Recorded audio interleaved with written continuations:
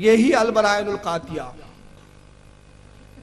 Brian القاتیہ کا صفحہ 63، خلیل احمد امبیٹوی صاحب جو استاد ہے مولانا اسماعیل کاندھیلوی بانی تبلیغی جماعت کے، کہتے ہیں مدرسے دیوبند کی عظمت حق تعالیٰ کی درگاہ پاک میں بہت ہے. یعنی دیوبند کا جو مدرسہ ہے جہاں کے طاہر گیابی پڑے ہوئے ہیں اور بھی ترم خائن کے پڑے ہوئے ہیں، اس کی عظمت اللہ کی بارگاہ میں بہت ہے. صدہا عالم، کئی سو عالم یہاں سے پڑھ کر گئے اور خلق کثیر کو ظلمات ضلالت سے نکالا، ایک کثیر جماعت کو گمراہی سے اور اندھیروں سے نکالا. یہی سبب ہے کہ ایک صالح، ایک نیک آدمی فقر عالم علیہ السلام کی زیارت سے خواب میں مشرف ہوئے. کہتے یہی وجہ ہے کہ ایک نیک بزرگ اللہ کے رسول کی خواب میں زیارت سے فیض یاب ہوئے، مشرف ہوئے. تو آپ کو اردو میں کلام کرتے دیکھ کر پوچھا آپ کو یہ کلام کہاں سے آ گئی؟ رسول اللہ نے وہ بزرگ سے خواب میں اردو میں بات چیت کی تو انہوں نے پوچھا آپ کو یہ اردو کہاں سے آ گئی؟ آپ تو عربی ہیں، آپ تو عرب کے رہنے والے ہیں، عربی بولتے اردو کیسے بولنے لگے؟ فرمایا رسول اللہ نے کہا جب سے علماء مدرسے دیوبند سے ہمارا معاملہ ہوا ہم کو یہ زبان آ گئی. معاذ اللہ، استغفر اللہ. پھر آگے لکھتے سبحان اللہ، اس سے رتبہ اس مدرسے کا معلوم ہوا. یعنی رسول اللہ اردو سیکھنے کہاں ہے؟ دیوبند. اردو کس نے سکھایا رسول کو؟ معاذ اللہ، استغفر اللہ، علماء دیوبند نے. جب سے علماء دیوبند سے ہمارا معاملہ ہوا تب سے ہم کو یہ زبان آ گئی. اللہ کی مار ایسی پڑھی جس عبارت میں رسول کو اردو سکھانے کا دعویٰ کیا اسی عبارت میں ان کی اردو بگڑ گئی. جو اردو داں ہیں وہ اچھے سے جانتے ہیں کہ آ گئی مؤنث ہے اور کلام مذکر ہے. کلام آ گیا ہونا چاہیے، آ گئی ہو گیا ہے. یعنی ان کی اپنی اردو کلام جو مذکر ہے اس کے لیے مؤنث کا صیغہ لا رہے ہیں آگے.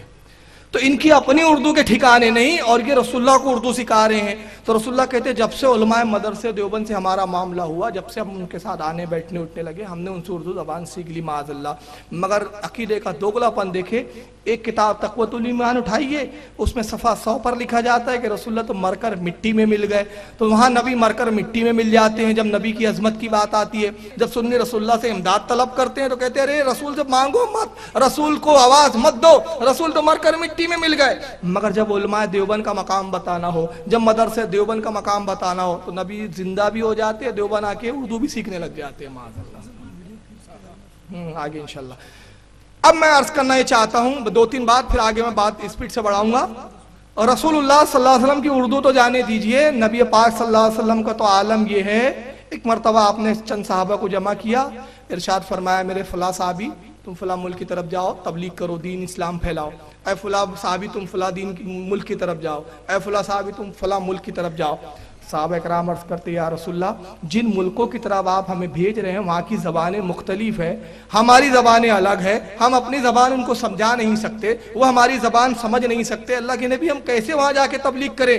اللہ کے نبی نے ارشاد فرمایا کہ ٹھیک ہے کل تم نماز فجر میرے پیچھے پڑھو اور اس حال میں مسجد نبوی میں آنا کہ تم سفر کے لیے تیار ہو. صحابہ اکرام گئے، انہوں نے اسباب مہیا کیے، اونٹ اور گھوڑوں کو باہر کیا، اس کے بعد اثاثہ لیا، مسجد نبوی میں آئے، گھوڑوں کو باہر باندھ دیا، نماز فجر رسول کی ابتدا میں ادا کی، سرکار باہر تشریف لائے، صحابہ کو جمع کیا اور اس کے بعد ارشاد فرمایا اے میرے فلاں صحابی بتاؤ کہاں میں نے تمہیں بھیجنے کی بات کی تھی؟ عرض کرتے یا رسول اللہ مجھے یمن جانے کا حکم ہوا ہے. تمہیں کہا روم جانے کا حکم ہوا ہے، مجھے مصر جانے کا حکم ہوا ہے، مجھے فلاں ملک کی طرف جانے کا حکم ہوا ہے. راوی حدیث کہتے ہیں کہ اللہ کے نبی نے اپنا لعاب نکالا اور ہر صحابی کے منہ میں ڈالتے تھے، جس کے منہ میں لعاب جاتا اس کو اس ملک کی زبان آ جاتی تھی.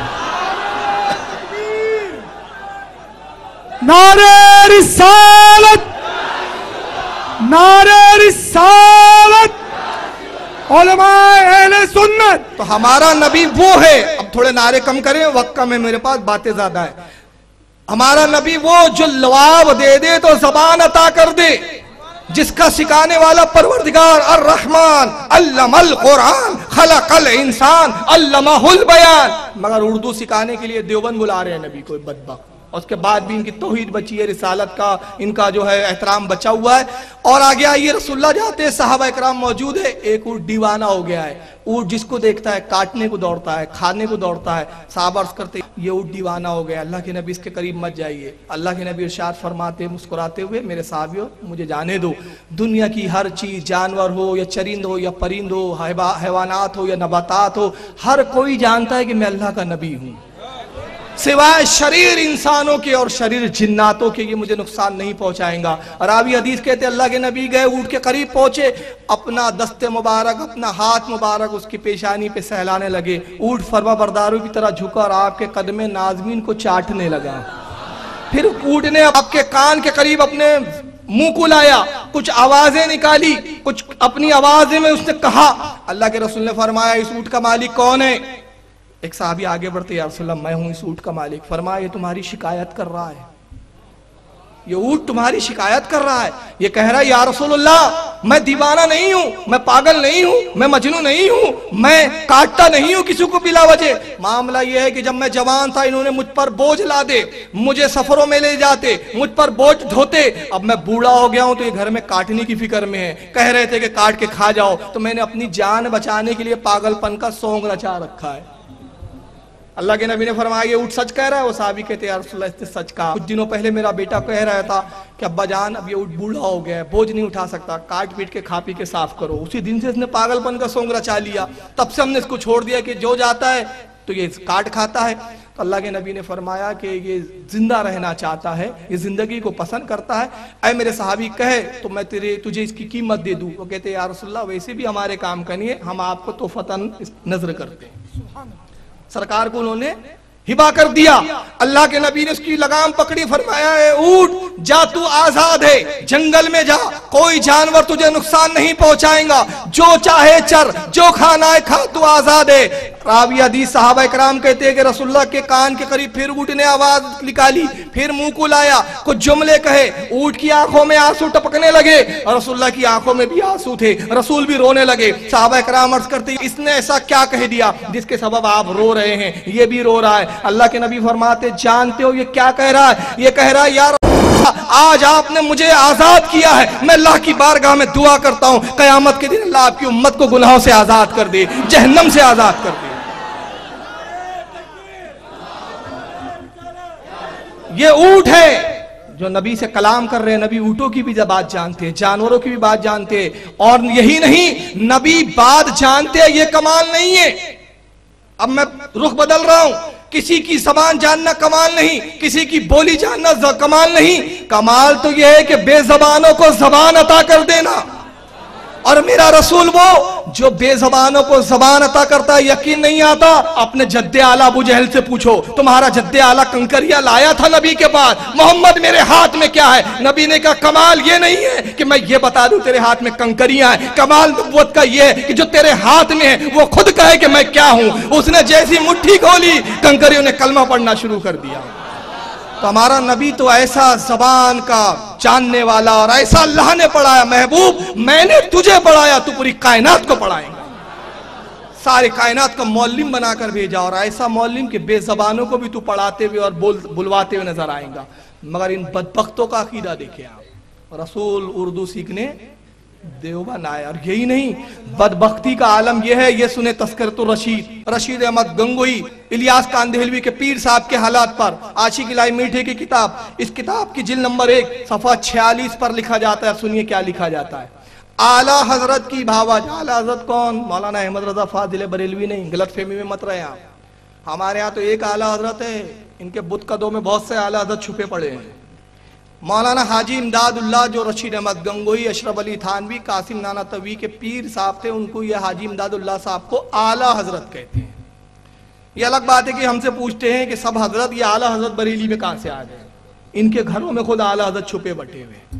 تو کہتے ہیں اعلیٰ حضرت کی بھاوج کا حسن اعتقاد اور مخلصانہ برتاؤ تھا، مہمانوں کا کھانا خود پکاتی تھی اور کسی مہمان کے نا وقت آنے سے کبھی تنگ دل نہ ہوتی تھی۔ ایک دن اعلیٰ حضرت نے خواب دیکھا کہ آپ کی بھاوج آپ کے مہمانوں کا کھانا پکا رہی ہے کہ جناب رسول مقبول صلی اللہ علیہ وسلم تشریف لائے، اور آپ کی بھاوج سے فرمایا کہ اٹھ تو اس قابل نہیں کہ امداد اللہ کے مہمانوں کا کھانا پکائے، اس کے مہمان علماء ہے، اس کے مہمانوں کا کھانا میں پکاؤں گا۔ یعنی حاجی امداد اللہ کے مہمان کون تھے؟ رشید احمد گنگوئی، تھانوی، نانا توی۔ تو رسول اللہ کے کہتے ہیں کہ اس کے امداد اللہ کے مہمان تو علماء ہیں، تو اس قابل نہیں کہ ایسے دیوبند کے پھٹیچروں کا کھانا تو پکائے، ان کا کھانا میں خود پکاؤں گا۔ میں اس پہ تفسیریں میں کم کر رہا ہوں، گستاخی آپ کے خود سمجھ میں آ رہی ہے، مجھے مزید کسی زیادہ دلیلیں دینے کی ضرورت نہیں کہ میں دلیلوں سے اپنے بیان کو اور مزین کروں اور بتاؤ کہ دیکھو گستاخی ہے۔ بس ایک جملہ کہہ رہا ہوں، کتاب الشفا اٹھائے امام قاضی عیاض کی۔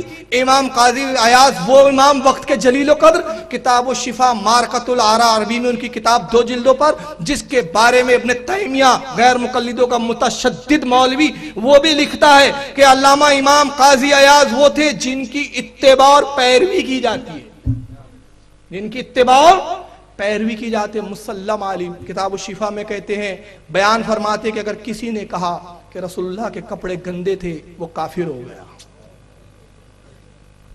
صرف اتنا کہنے میں کسی نے کہا رسول اللہ کے کپڑے گندے تھے، میلے تھے، کافر ہو گیا کہ اس نے رسول اللہ کی توہین کی، لباس کی۔ وہ کہتے اگر کسی نے کہا کہ رسول اللہ کے ناخون ہیں اور اس میں کوئی عظمت نہیں، کوئی فضیلت نہیں، فرماتے کافر ہو گیا۔ کسی نے کہا کہ رسول اللہ کو لوکی اور کدو پسند تھا، مجھے پسند نہیں، فرماتے کافر ہو گیا، واجب القتل ہے۔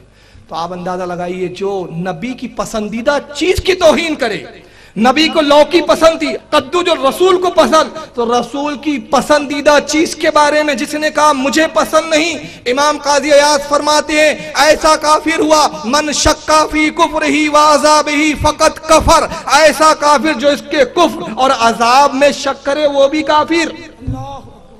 تو جو نبی کی پسند کو توہین کرے وہ کافر، اور جو نبی کو باورچی بنا دے، جو نبی کے بارے میں عقیدہ رکھے کہ دیوبند کے کھانا بنانے آتے تھے، دیوبند میں اردو سیکھنے آتے تھے، معاذ اللہ ان کی بدبختی کا کیا عالم ہوگا۔